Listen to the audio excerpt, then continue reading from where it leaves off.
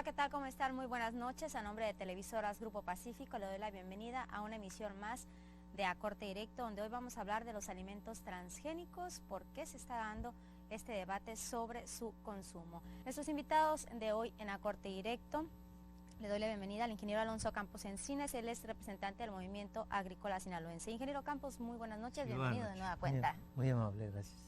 También agradezco la presencia del señor José Antonio Garzón Tiznado, representante del campo experimental del INIFAP. Señor Garzón, bienvenido también. Gracias por la invitación, buenas noches.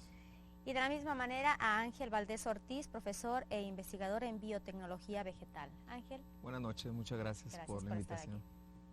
Y vamos a ver la cápsula introductoria para darnos una idea un poco de lo que son los alimentos transgénicos, por qué el debate de su consumo.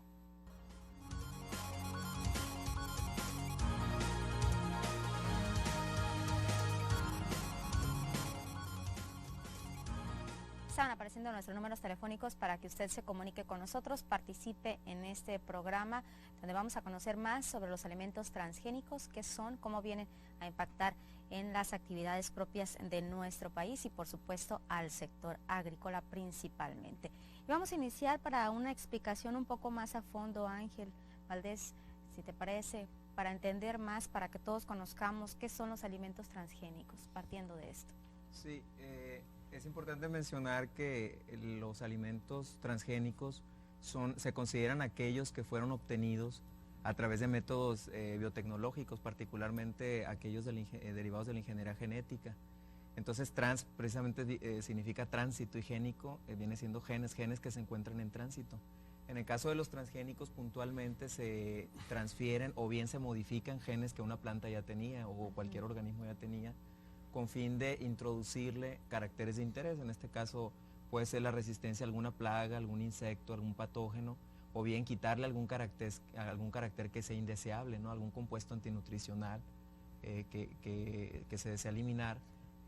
Después en la cuestión de los que se consideran transgénicos de segunda generación, ya se toma en cuenta lo que es el mejoramiento de la calidad nutricional, o bien la expresión de fármacos, como lo que son el caso de las vacunas comestibles.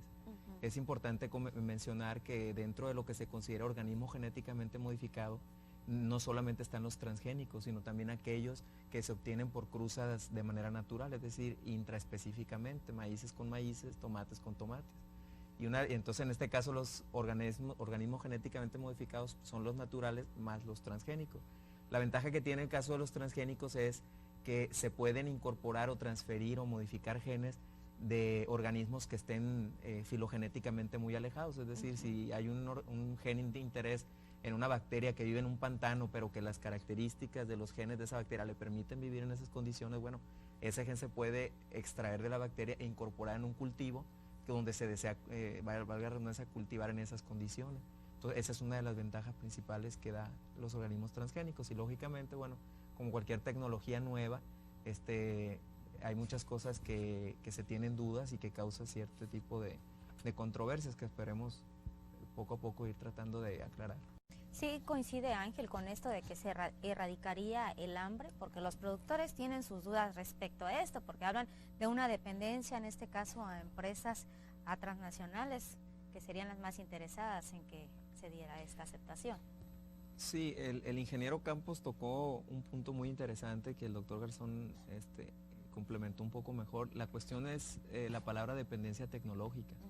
Nosotros históricamente hemos sido un país que hemos sido dependientes tecnológicamente, porque en muchas ocasiones nos ponemos nosotros mismos trabas para desarrollar tecnología, pero sin embargo la consumimos. Si otro país la desarrolla, somos los primeros a levantar la mano y decir yo la quiero. Entonces, ¿qué pasó en el caso de maíz? Es un caso muy interesante porque es cierto, si aquí en México no se utiliza el glifosato, pues entonces no tiene ningún beneficio el maíz transgénico resistente a glifosato en México, pero si nosotros en cambio permitimos desarrollar la tecnología del maíz transgénico y la adecuamos a las necesidades de nosotros, tal vez estemos desarrollando un maíz que a lo mejor sea accesible para los agricultores si viene de programas de financiamiento públicos y que resuelvan realmente problemas nacionales, ¿no? La cuestión de los problemas de hambre, bueno, actualmente la FAO reconoce que hay entre 700 y 800 millones de personas que padecen desnutrición severa en el mundo, ¿no? Entonces, uno de los aspectos que se tiene que resolver para eso es la cantidad de los alimentos.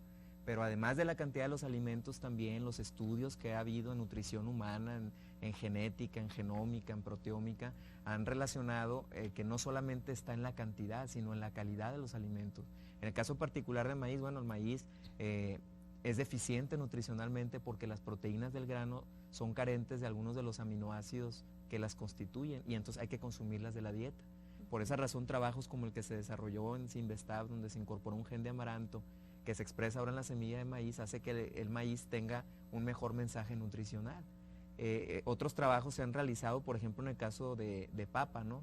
En el caso de papa, imagínense, se incorporó el gen de la beta-caseína humana, que es una proteína referente de calidad nutricional, se incorporó en papa y ahora se tienen papas transgénicas que tienen un mensaje nutricional casi equivalente a consumir casi la leche humana.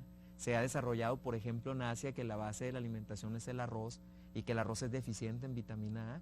Entonces, ¿qué pasa? Que las deficiencias en vitamina A se reflejan en mayor susceptibilidad a padecer un montón de enfermedades, un desarrollo de un sistema inmunológico deficiente, ceguera, diferentes tipos de problemas neurológicos. Entonces, en dietas asiáticas, donde la principal fuente energética es arroz, bueno, pues se observan este tipo de problemas. Se desarrolló por ingeniería genética en los últimos 10 años arroz transgénico que ya está produciendo la vitamina A, que le llaman el arroz dorado. Y eso se logró porque se incorporaron 2 genes de una planta que se llama narciso y un gen de una bacteria. O sea, qué bonito, esas son muy buenas noticias porque es el caso de arroz dorado, estamos resolviendo ya no solamente problemas de cantidad, sino problemas de calidad. El caso también de la ferritina, bueno, es una proteína de almacenamiento de hierro que se encuentra en numerosas células animales, en hongos, en bacterias, inclusive en soya. Entonces, ¿qué pasa? Que la deficiencia en hierro es un problema relacionado con anemia en el mundo y no todos los alimentos de origen vegetal son ricos en hierro. Ricos en hierro los alimentos de origen animal, pero consecuentemente también son más caros e inaccesibles para la mayoría de la población, sobre todo rural. Entonces se han incorporado genes de soya en arroz o en maíz que ya producen ferritina, es decir, que tienen un mayor contenido de hierro. Entonces yo creo que sí es posible ayudar parcialmente a resolver problemas de hambre y de calidad nutricional.